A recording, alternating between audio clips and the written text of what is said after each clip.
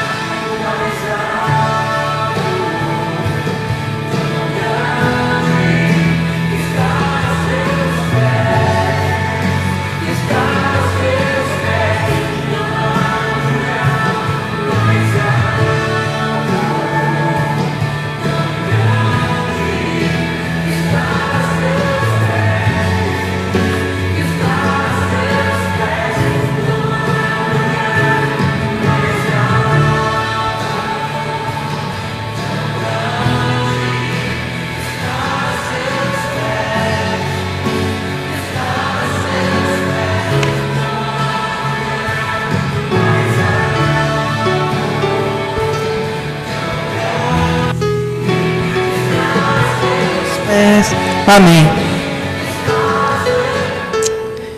Senhor, não há lugar mais alto, não há lugar melhor para estar do que na Tua presença, Senhor. Mais alto do que as nossas dores, mais alto do que os nossos medos, mais alto do que a nossa arrogância, a nossa prepotência, um lugar mais alto do que os nossos pecados, Senhor. E a única maneira de chegarmos a este lugar é através da adoração, é através do nosso coração entregue a Cristo, Senhor. E é neste lugar que nós queremos estar esta noite, neste lugar alto, neste lugar seguro, que é a Tua presença, Senhor. Nos reconecta, Senhor, ao Teu coração, nos traz de volta, ó Deus, ao centro da Tua vontade. Queima de novo, ó Deus, em nosso coração o desejo, a vontade de Te adorar, ó Deus. Cumpre em nós a Tua vontade e que seja soberana a Tua palavra ministrada essa noite. Em Teu nome nós oramos, em nome do Pai, do Filho e do Espírito Santo. Abra sua Bíblia em Mateus, capítulo 16. Nós vamos falar sobre um sinal, né? Eu lembrei bastante dos meus primeiros dias na minha caminhada. Uma coisa que eu via muito, eu não tenho visto tantas pessoas falarem disso ultimamente, mas na época que eu me converti, eu estou falando de 12 anos atrás, mais ou menos. Era comum as pessoas, sei lá, quererem um sinal de Deus para alguma coisa que pudesse acontecer na vida delas. Tipo, desde Deus, se for para eu conseguir aquele emprego, me manda um sinal. Se for para eu, sei lá, abençoar alguém, me manda um sinal. Como coisas até como, se aquela pessoa for casar comigo, então me dá um sinal. A Dani tá aí, né? Mas teve até uma namoradinha que eu tive na igreja e que ela pediu para Deus um sinal para saber se eu seria o noivo dela ou não. E eu acho que Deus falou com ela, porque não deu certo. Que bom, né, Dani? Pediu um sinal para Deus também? Não, Dani, não. Meu Deus do céu. Mas o que eu quero dizer é que eu não sei se isso acontece ainda hoje em dia, mas era muito comum eu ouvir coisas assim. E eu falava, meu Deus, será que é isso, né? Será que então que eu tenho que pedir para Deus me dar um sinal? Se algo que Ele quer fazer na minha vida ou não vai acontecer? Será que eu... E como é isso? E aí, aprendendo e lendo nos evangelhos, eu vi que essa angústia, ou esse desejo que as pessoas têm por um sinal de Deus, ela não é de agora, não é um costume que nasceu na igreja. Mas quando Jesus começou a ministrar, as pessoas também pediram um sinal. Mas não a respeito de casamento, mas um sinal para saber se Jesus realmente era quem Ele dizia que era. Se as suas palavras eram verdadeiras. Isso está em Mateus 16, no capítulo 1 ao 4, diz assim: os fariseus e os saduceus aproximaram-se de Jesus e o puseram à prova, pedindo-lhe que lhes mostrasse um sinal do céu. E ele respondeu: quando a tarde vem, vocês dizem, vai fazer um bom tempo, porque o céu está vermelho. E de manhã, hoje haverá tempestade, porque o céu está vermelho e nublado. Vocês sabem interpretar os aspectos do céu, mas não sabem interpretar os sinais dos tempos. Uma geração perversa e adúltera pede um sinal milagroso, mas nenhum sinal será dado a vocês, a não ser o sinal de Jonas. Então Jesus os deixou e os retirou. Aqui eles pedem para Jesus um sinal, mas um sinal milagroso. Eles queriam que Jesus provasse que Ele era realmente o Filho de Deus, tipo, sei lá, fazendo cair fogo do céu, como Deus já havia feito no Antigo Testamento, ou dando uma prova extraordinária de que Jesus estava falando a verdade. Só que Jesus poderia realizar algum milagre ali na frente deles. Jesus poderia fazer algo espantoso, como Jesus fez várias vezes, ressuscitando pessoas, curando enfermos, expulsando demônios. Não seria um problema para Jesus, sendo que Ele fez isso muitas vezes no Novo Testamento. Mas naquele momento Jesus não fez um grande milagre, Ele só deu uma mensagem. Vocês querem um sinal milagroso, mas o único sinal que vocês terão é o sinal de Jonas. E eu lembro que quando eu li essa passagem pela primeira vez, aí bateu a curiosidade, não, mas quem é esse Jonas, né? Quem é esse profeta Jonas? E aí, lendo a Bíblia, conhecendo a história do profeta, né, nós vemos que ele, ao fugir de Deus, então ele é lançado ao mar e Deus envia um grande peixe e ele vai parar dentro da barriga do grande peixe por 3 dias e por 3 noites. E a mensagem aqui, o sinal que Jesus aqui está se referindo, é o sinal que ele mesmo daria algum tempo depois, que é a sua morte e a sua ressurreição. Ele vai dizer depois, assim como Jonas ficou 3 dias e 3 noites no ventre da baleia, o Filho do Homem ficará 3 dias e 3 noites também no sepulcro, e então ressuscitará. E aí a gente entende que esse sinal, que o grande sinal que Jesus estava se referindo e que as pessoas precisavam entender, era o sinal de que a salvação viria. Não era um sinal através de um grande milagre, mas era um sinal através de uma grande mensagem. A mensagem de que Jesus pagaria o preço dos nossos pecados e a sua ressurreição nos traria a vida. E a nossa salvação é o lugar mais alto que nós podemos alcançar em Deus, aqui nessa terra. Nos achegarmos a Deus, nos convertermos a Cristo, este é o lugar mais alto que nós devemos ter anseio. Mas, por muitos anos e por muito tempo, o grande anseio das pessoas e da igreja não foi a mensagem de salvação, mas foi o milagre. Foram os grandes feitos de Deus que Ele pode e fará nas nossas vidas. Amém? Porque Ele é Deus que cuida. Mas aqui quando Jesus dá essa ênfase, Ele está dizendo assim, embora eu possa fazer grandes milagres, e não só para provar, mas porque eu quero abençoar e vou abençoar muita gente, o maior sinal que eu quero que vocês captem é a mensagem de arrependimento, é a mensagem de salvação.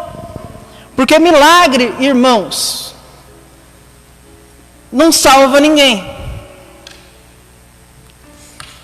Amém? Milagre não nos leva para o céu. Presenciá-los, somente menos ainda. Quantas e quantas pessoas presenciaram pessoalmente os milagres de Jesus, mas elas não creram em Jesus. Isso aconteceu na sua própria terra. Jesus não pôde realizar grandes coisas ali porque as pessoas não creram nele. Então não é um milagre em si. O milagre ele tem uma função de manifestar a glória de Deus. Mas sempre que nós vemos grandes milagres na Bíblia, ele é seguido de um grande propósito. Tanto que nós vamos ver os grandes milagres de Deus na Bíblia, em alguns momentos da Bíblia. Não tem milagre na Bíblia inteira. Tem milagre nos tempos de Moisés, tem milagre nos tempos de Elias, e tem milagre nos tempos de Jesus e no princípio da igreja. Os grandes milagres, estou falando. Não os milagres individuais que acontecem particularmente na vida de cada crente e nós não ficamos sabendo. Mas os grandes milagres aconteceram em tempos específicos, para propósitos específicos de Deus. No entanto, a maior e a principal mensagem da Bíblia é um sinal, é a mensagem de arrependimento. Lê comigo em Mateus capítulo 12, voltando um pouquinho, Mateus 12, 38, em que eles já haviam pedido para Jesus um milagre um pouco antes. E é legal da Bíblia, que você analisa os outros textos, você pega outros detalhes. Mateus capítulo 12, verso 38. Diz assim, ó. Então, alguns dos fariseus e mestres da lei lhe disseram: Mestre, queremos ver um sinal milagroso feito por ti. E ele respondeu: uma geração perversa e adúltera pede um sinal milagroso, mas nenhum sinal será dado, exceto o sinal do profeta Jonas. Isso Jesus já tinha dito antes, né, de Mateus 16 lá. Pois assim como Jonas esteve 3 dias e 3 noites no ventre de um grande peixe, assim o Filho do Homem ficará 3 dias e 3 noites no coração da terra. Os homens de Nínive se levantarão no juízo com esta geração e condenarão, pois eles se arrependeram com a pregação de Jonas, e agora está aqui aquele que é maior do que Jonas. Um novo detalhe aqui, Jesus, ele fala da geração de Nínive, a geração na qual o profeta Jonas precisou levar uma mensagem de arrependimento. E Jesus vai dizer que aquela geração chegou ao arrependimento, eles receberam essa mensagem. Depois, mais para frente, nós vamos ver com mais detalhes. E Jesus vai dizer que aquela geração de Nínive que se converteu através daquela mensagem que foi enviada pelo profeta, eles julgariam a geração atual que estava ouvindo naquele momento o que Jesus estava falando. O que isso quer dizer? Jesus, bem simples, está dizendo: eles se salvaram. Eles se salvaram. E se você ler um pouquinho a história desse povo de Nínive, dessa capital, eles eram um povo cruel, um povo perverso, um povo que não conhecia muito bem a Deus, e era também um povo inimigo de Israel. Esse é o grande motivo também do qual Jonas não queria pregar para eles. Jonas queria que os seus inimigos se explodissem mesmo. Mas Deus tinha um plano lá, e aquele povo perverso daquela época creu na mensagem e se arrependeram. Então eu aprendo aqui que o grande sinal que Deus tem para nós é através da sua palavra que se manifesta. Quando nós pedimos um sinal para Deus, e não é errado pedir um sinal para Deus, nem sempre espere uma manifestação de algum milagre, mas espere algo da parte da palavra de Deus para o seu coração. Espere algo que Deus possa falar ao seu coração e possa te impactar com aquela mensagem. Eu acho que nós já somos crescidinhos para entender que é a palavra de Deus que nós precisamos buscar. Ai meu Deus, não fiquei. Amém? Lê comigo outro detalhe em Lucas capítulo 11, eu vou ler ali, verso 29 a 31. Isso. Esse, eu vou ler, tem esse na NAA, Nova Almeida Atualizada. Tem. Esse tem. Esse é NVI.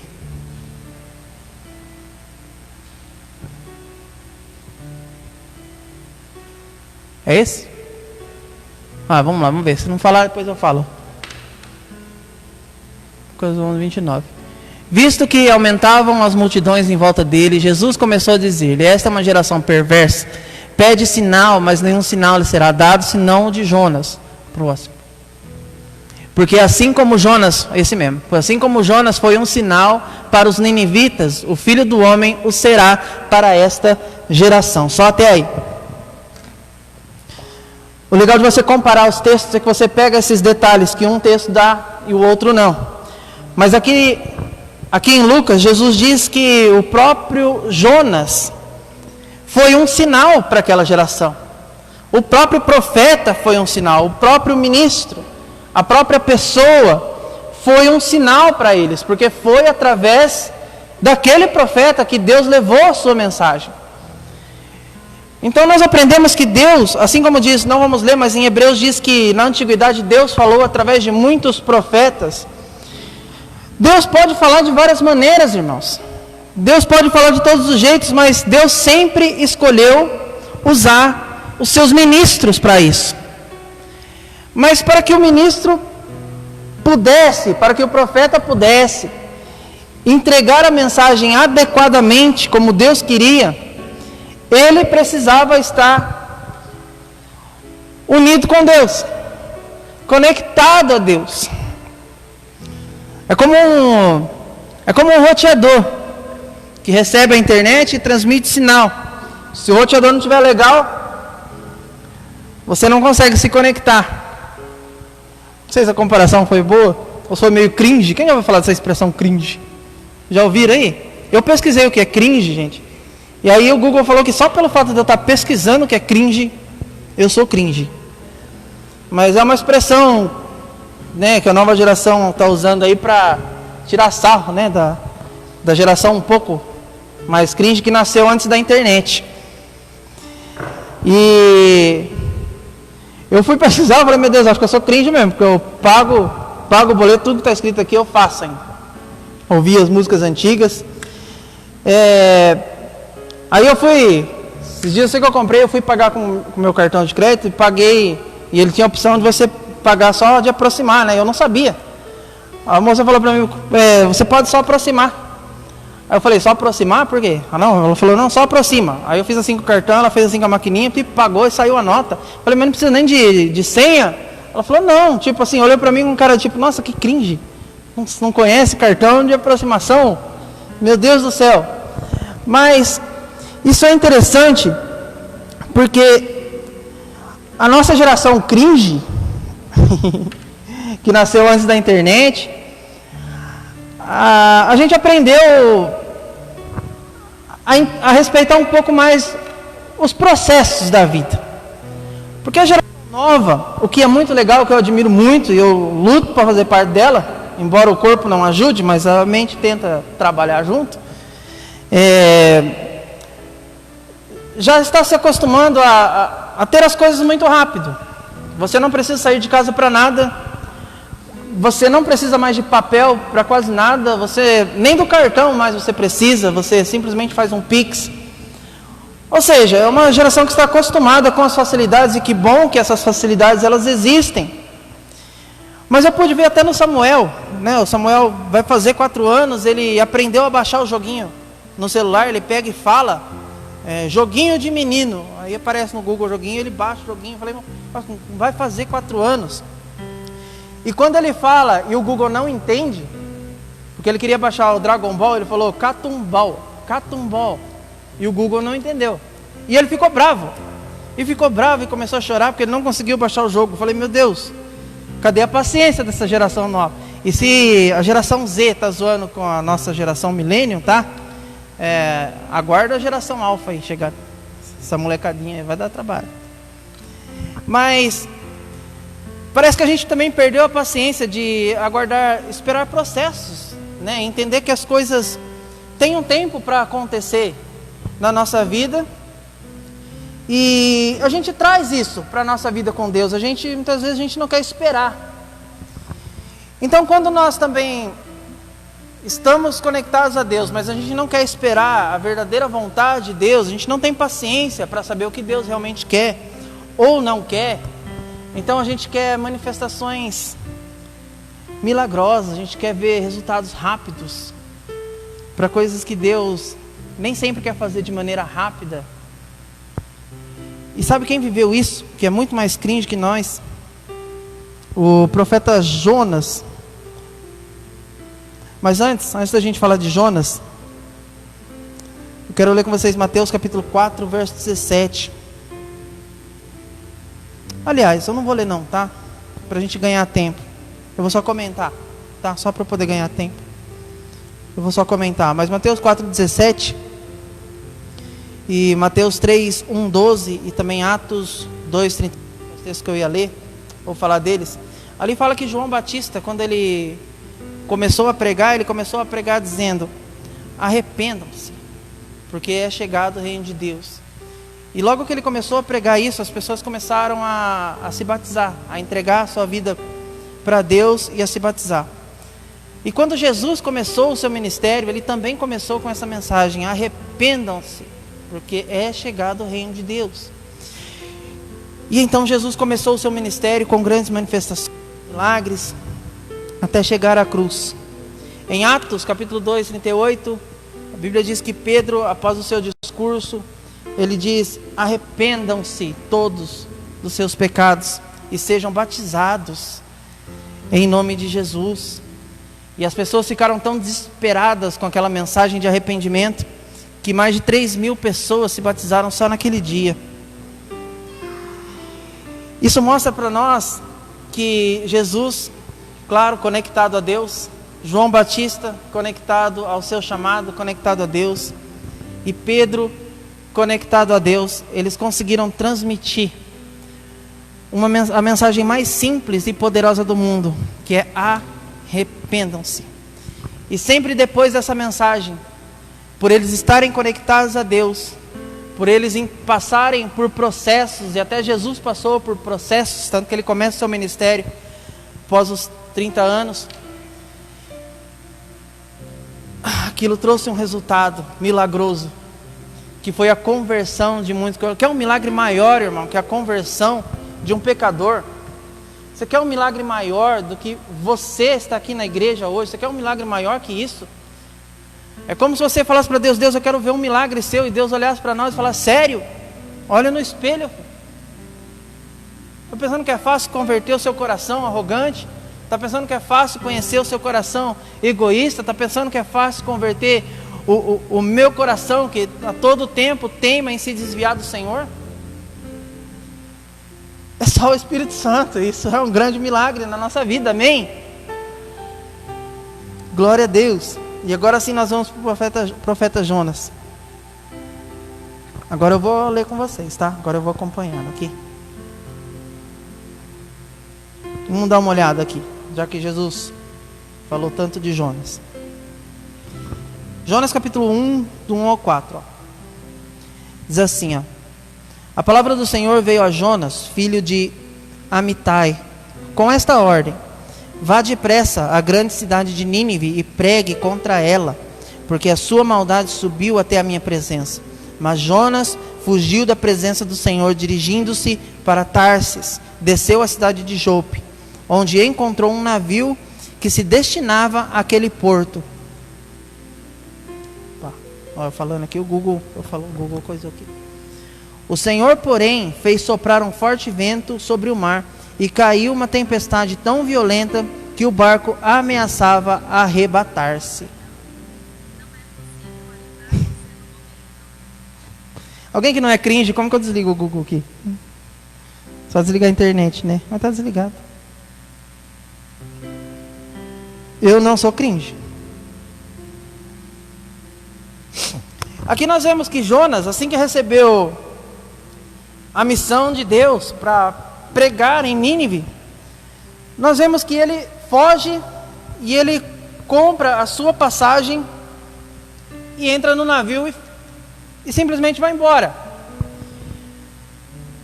O ato dele ter comprado a própria passagem mostra que ele decidiu se desconectar de Deus, que ele decidiu não estar no mesmo pensamento, no mesmo foco de que Deus. E ele tinha os seus motivos, as suas razões.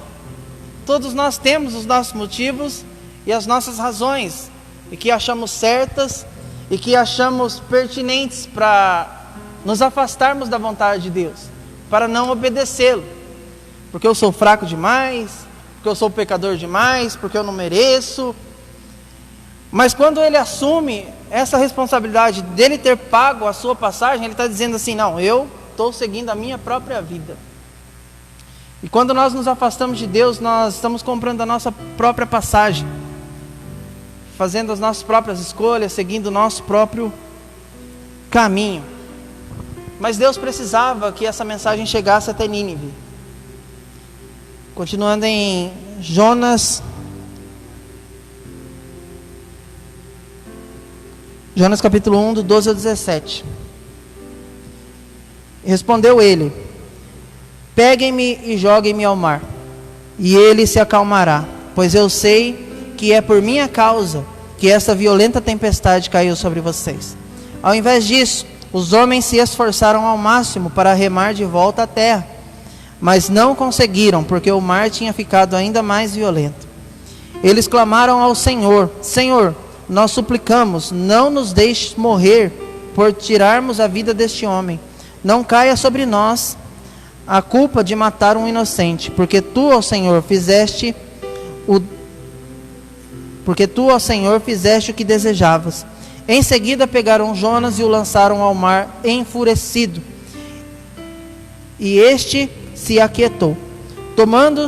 Tomados de grande temor ao Senhor, os homens lhe ofereceram um sacrifício e se comprometeram por meio de votos.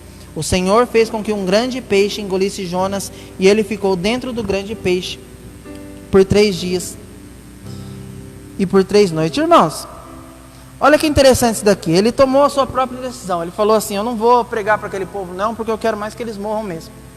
E eu sei que quando Deus quer falar, Ele fala, e eu não sou a favor disso, e ele foi seguir o seu caminho. Só que Deus vai atrás dele. Deus dá um jeito para que os homens naquela embarcação ficassem com medo e chegassem à conclusão que a culpa era de Jonas. Então eles lançam Jonas no mar.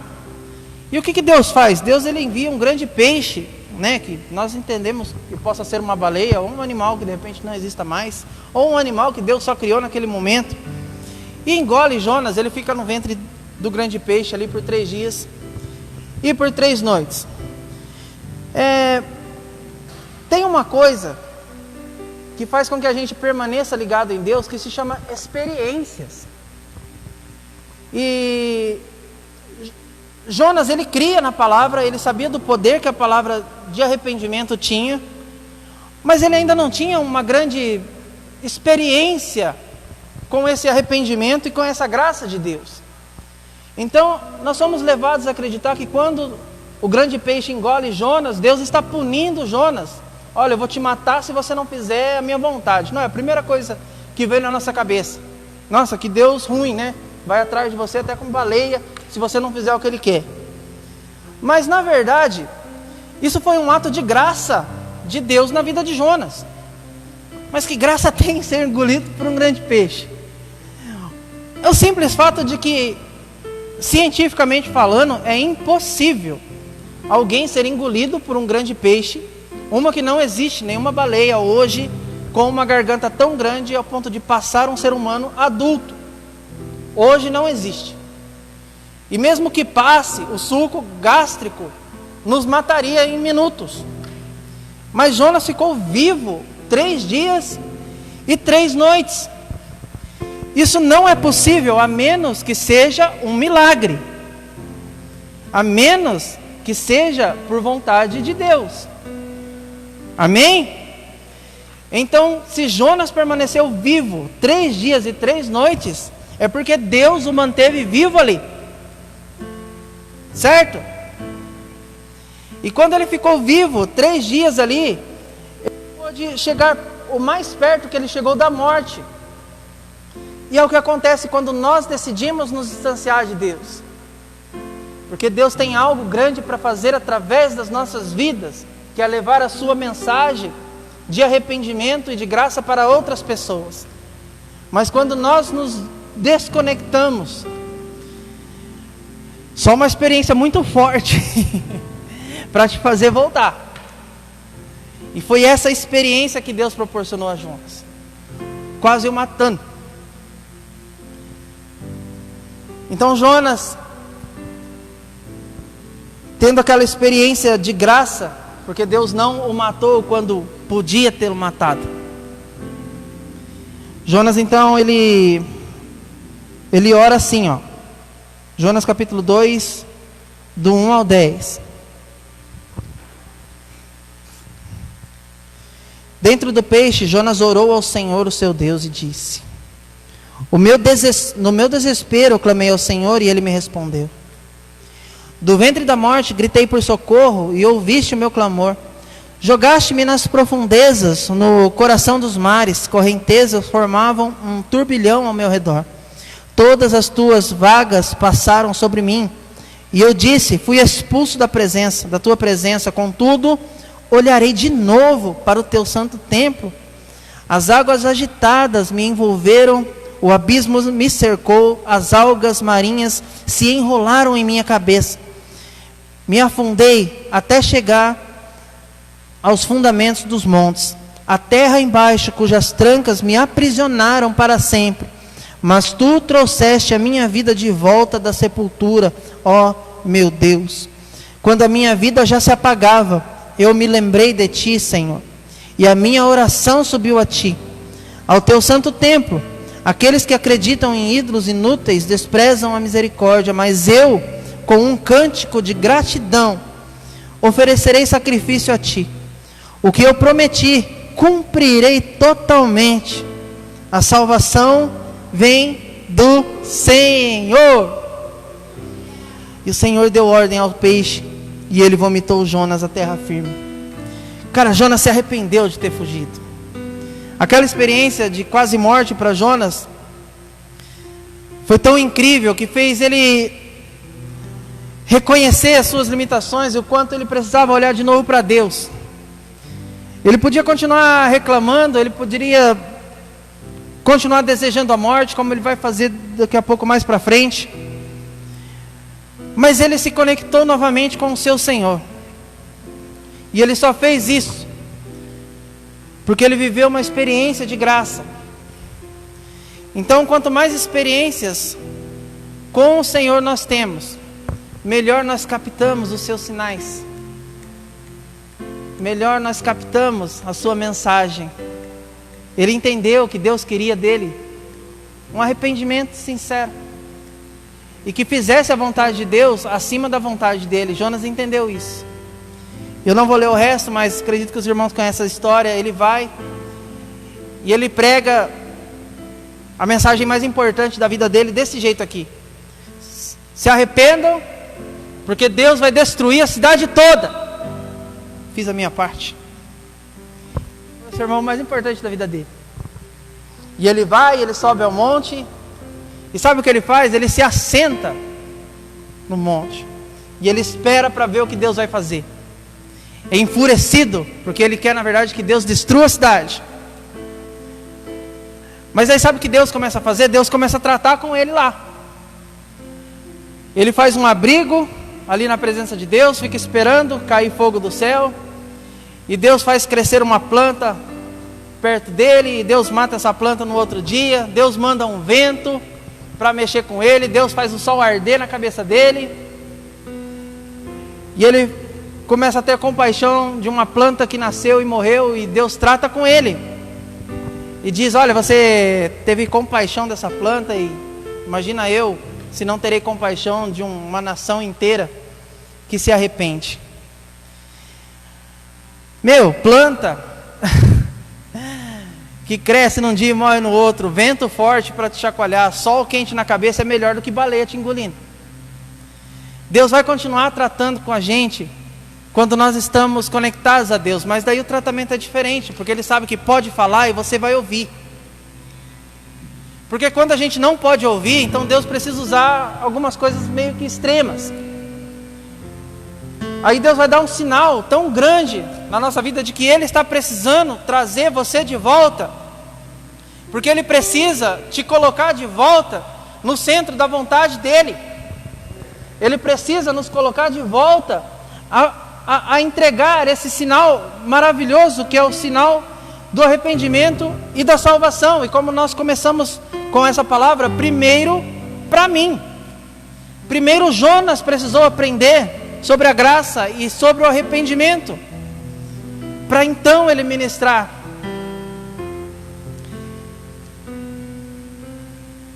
E assim é a nossa vida, sabe? Aí eu, como um ser humano que sou e falho que sou, eu também olho para algumas coisas que desanimam, e depois eu olho para algumas coisas que animam, e falo: meu Deus do céu, né? O que nós estamos fazendo com essa mensagem? O mundo precisa de uma mensagem de arrependimento, e Deus não cansa de liberar sinais dos céus. Tem um vídeo que eu quero mostrar para a igreja. Eu não sei se a igreja viu ou não. Peço que vocês não se escandalizem e também não saiam por aí falando que eu passei esse vídeo na igreja. Combinado? Combinado, irmãos? Fala amém, irmão. Então tá bom. dá uma olhada nessa mensagem. O primeiro lá, tá?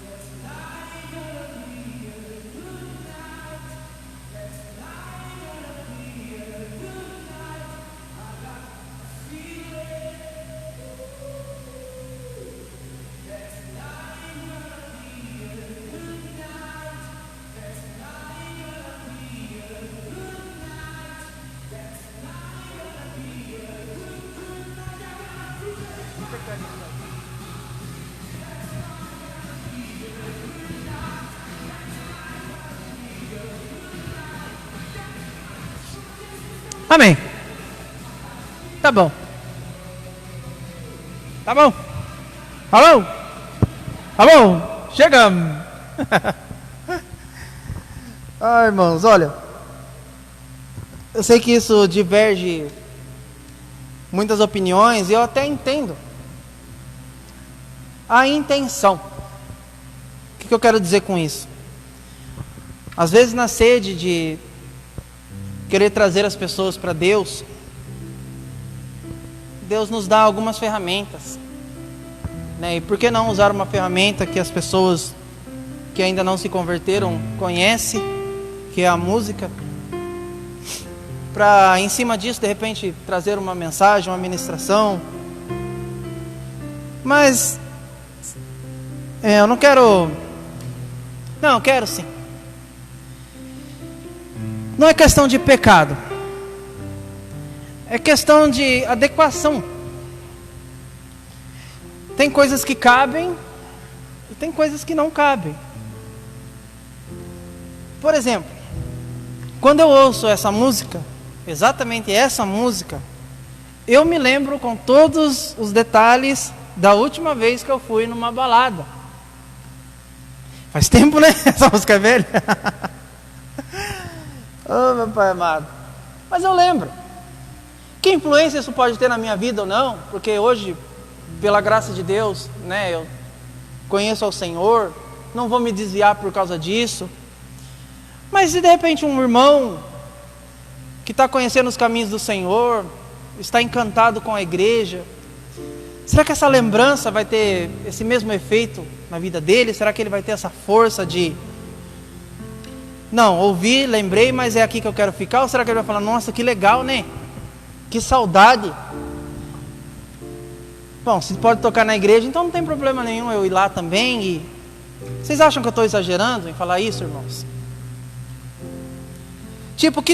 Se nós estamos aqui para transmitir uma mensagem, se a igreja é o principal roteador de Deus na terra, para transmitir uma mensagem de cura, de arrependimento e de salvação, porque é uma mensagem até dita meio de qualquer jeito pelo profeta Jonas: arrependam-se, converteu uma nação inteira. Converteu uma nação inteira, que Jesus falou dela anos depois. Por que nós não estamos mais fazendo isso? Então, será que I got a feeling tem mais poder do que arrependam-se? Será que nós precisamos de mais sinais, de mais ferramentas, que muitas são boas, mas algumas talvez exageradas? Ou a simplicidade que Jesus teve para dizer: arrependam-se porque perto está o reino de Deus. Mas aí teve um outro vídeo que me deu uma esperança, e esse sim tocou meu coração. esse me fez lembrar de outras coisas, coisas boas com Deus. E com isso eu quero encerrar com vocês. Aí o Ministério de Louvor, fica à vontade. Pode passar para tratar o último? E aí vocês julgam qual que é melhor, tá?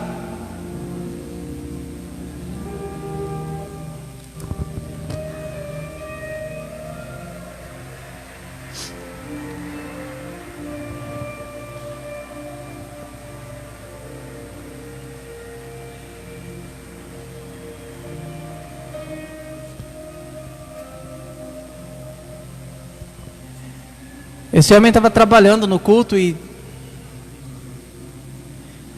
de repente não deu não.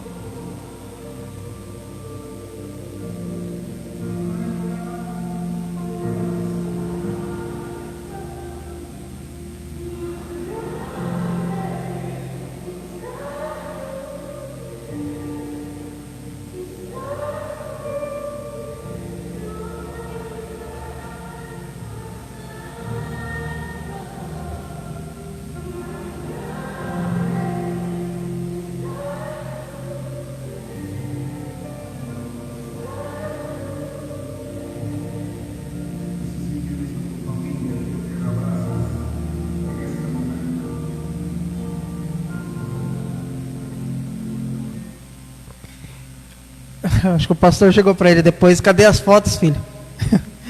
Não deu não, pastor. Sabe, irmãos, isso sim me trouxe uma memória também de quando eu sentava ali na mesa para passar o data show e tocava um louvor. Eu não conseguia trocar o slide, cara. Eu começava a chorar. Mas eu não podia perder aquele momento de ir ali sentado ali, começar a chorar e... a igreja que fecha o olho e cante. Mas sabe, a gente só vai conseguir transmitir aquilo que vem da parte de Deus se nós nos conectarmos a esse lugar mais alto. E essa mensagem que eu quero deixar para a igreja, primeiramente, arrependam-se, porque perto está o reino de Deus. Tenha suas experiências de graça como essa. Não precisa de muita coisa, é algo simples assim. E depois transmita aquilo que Deus encheu o seu coração. Em nome de Jesus, coloque de pé. E vá até esse lugar mais alto. Glória a Deus.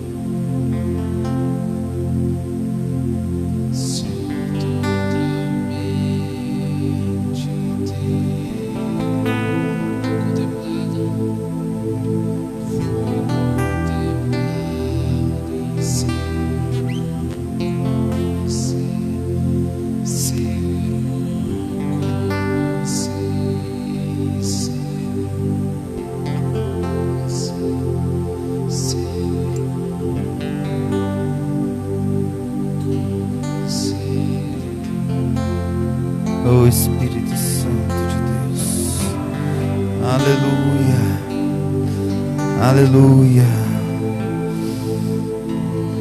Essa palavra sempre marcou meu coração, do Marcos e o dos irmãos. É o arrependam-se.